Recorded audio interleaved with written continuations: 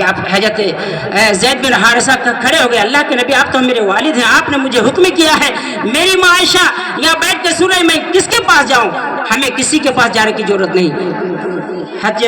دوسرے نمبر پر اللہ کے نبی نے جو منتخب کیا تھا حضرت جعفر بن ابی طالب، نبی کے چچا زاد بھائی ہیں میرے دوستو، گھر جاتے ہیں، جعفر بن ابی طالب کی حسین و جمیل بیوی ہے، معصوم چھوٹے چھوٹے بچے ہیں، کوئی فکر نہیں، کوئی اعتراض نہیں، گھر جاتے ہیں، کہتے ہیں بیوی محترمہ نبی نے اعلان کیا ہے اور رومی لشکروں کے لیے مقابلہ کرنا ہے، ڈٹ کر مقابلہ کرنا ہے، اور دوسرے نمبر پر مجھ کو کمانڈر منتخب کیا ہے، مجھے جانے کے لیے اجازت دے دیجئے، اور اس سے بیچ میں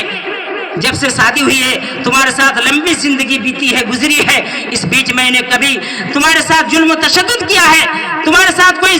زیادتی کی ہے، اللہ کے واسطے مجھے معاف فرما دینا، اور ہاں جاتے جاتے اور ایک بات کہہ رہا ہوں کہ یہ چھوٹے چھوٹے بچے تمہارے سپرد کر کے جا رہا ہوں، ان بچوں کو بھی میرے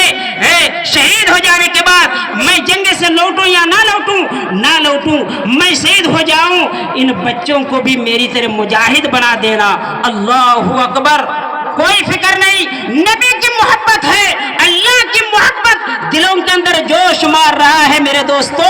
بیوی کی کوئی فکر نہیں ہے، حسین و جمیل بیوی سامنے کھڑی ہے، ننھے بچے بلک بلک کر رو رہے ہیں،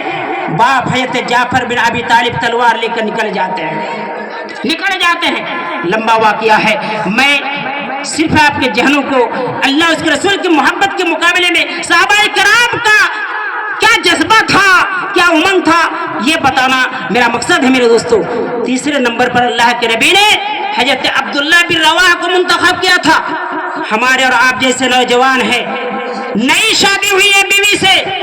ابھی بیوی سے ملاقات نہیں ہے، اللہ اکبر میرے دوستو، پہلی شادی اور پہلی شب پہلی رات کی ہمیں اور آپ کو شدت سے انتظار ہوتا ہے، جی جسے شب زفاف اردو میں کہتے ہیں، شب زفاف منانے کے لیے بیوی تیار کر رہی ہے، روموں کو سجا رہی ہے،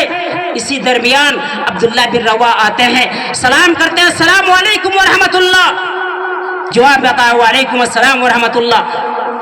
حضرت عبداللہ بن رواحہ کہتے ہیں، او میری پیاری بیوی محترمہ، میں تمہارا شوہر عبداللہ بن رواحہ ہوں، تھوڑا سا آپ قرآن پڑھنے کے لیے بند کیجئے۔ قرآن پڑھ رہی تھی، تلاوت کر رہی تھی، کہا جی یہ حقیقت بات ہے،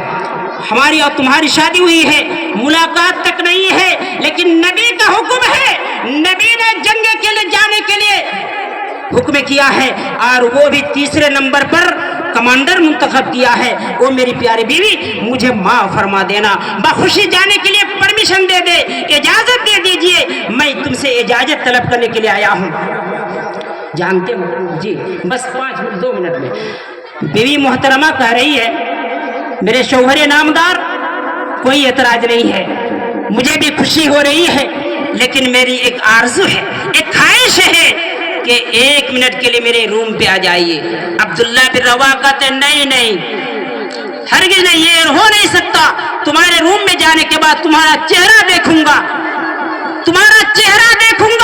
ہو سکتا تمہارا چہرہ دیکھنے کے بعد تمہاری محبت، تمہارا پیار ہمارے دلوں کے اندر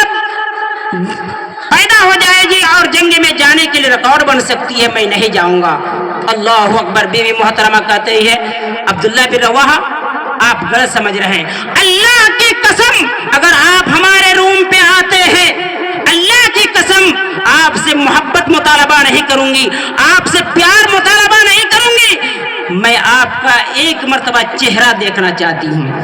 1 مرتبہ آپ اپنا چہرہ دیکھنے دیجئے، اور آپ بھی مجھے دیکھیے، میں حسین و جمیل لڑکی ہوں مدینہ کی۔ کہا کیوں؟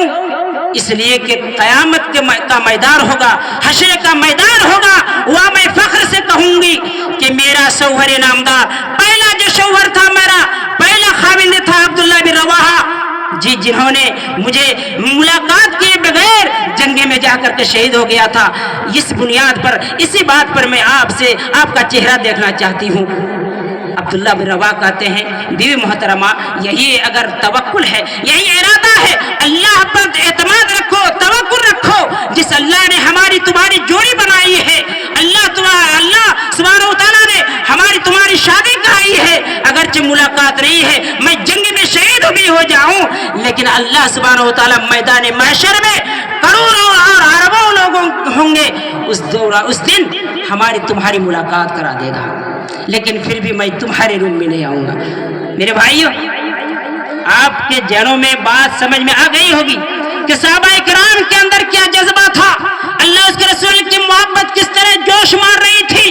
میرے بھائیوں, اپنی جان کو لٹانے کے لیے, مال کو لٹانے کے لیے, اپنی حسین جمیل بیوی کو بیوہ بنانے کے لیے, معصوم بچوں کو یتیم بنانے کے لیے تیار, کوئی فکر نہیں, اور جنگ میں شہید ہونے کے لیے تیار, خوشی خوشی نکل جاتے تھے. اللہ سبحانہ و تعالیٰ سے دعا ہے اللہ ہمارے دلوں کے اندر بھی وہی جذبہ, وہی محبت پیدا فرما دے. اے اللہ ہمیں صحابہ کرام کی طرح اللہ سبحانہ و تعالیٰ ہمارے دلوں کے اندر بھی وہی محبت اجاگر کر دے. کتاب و سنت کے حامل بنا, کتاب و سنت کے مطابق